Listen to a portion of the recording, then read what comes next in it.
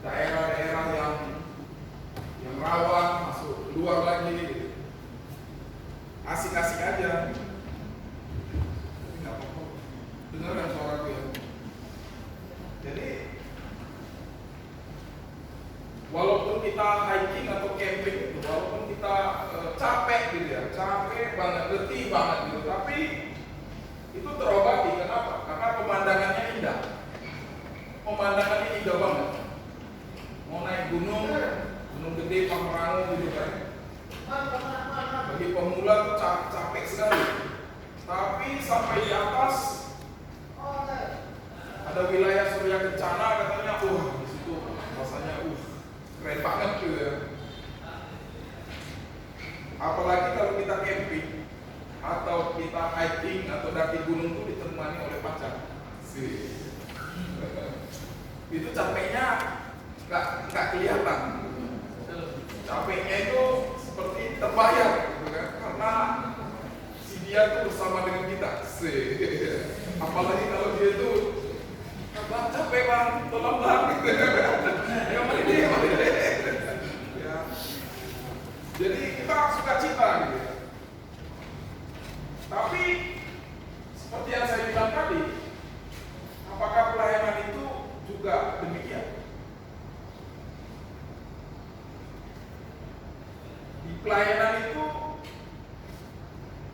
capek juga, betul. Bosan juga, benar.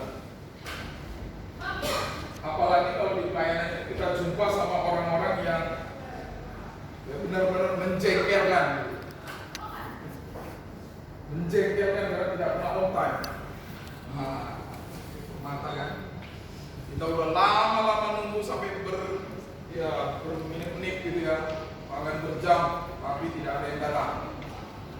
Jengkel.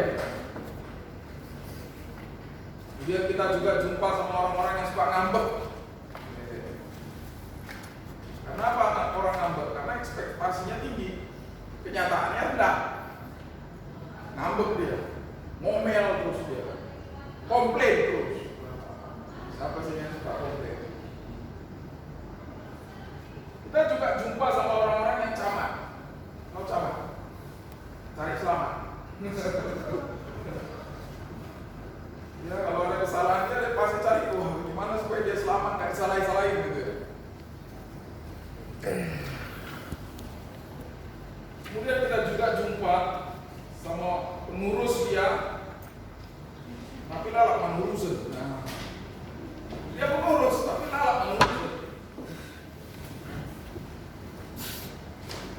Ya kayak gini itu sebenarnya mirip kayak pelayanan tadi, kelihatan indah, tapi ketika kita masuk ke dalam, ada begitu banyak tantangan, ada begitu banyak hambatan yang kita hadapi, bukan hanya dari diri kita, tapi dari teman-teman sesama kita.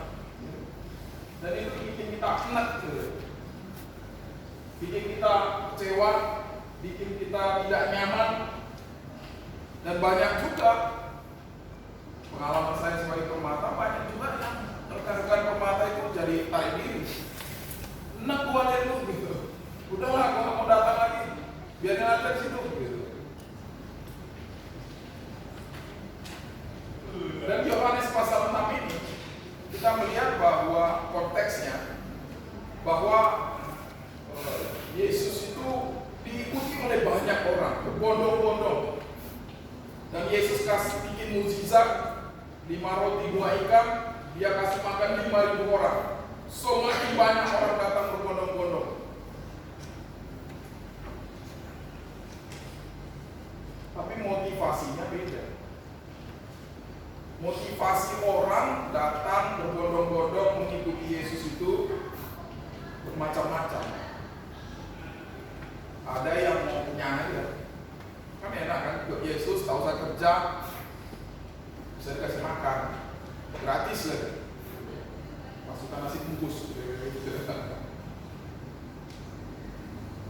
Jadi kita melihat di sini motivasi ya, sebenarnya motivasi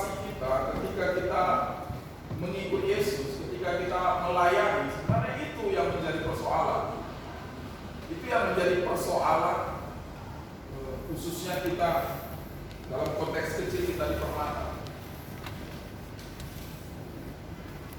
Dan Yesus tahu apa motivasi kita semua. Yesus tahu apa motivasi kita dalam pelayanan, dalam mengikut Yesus itu.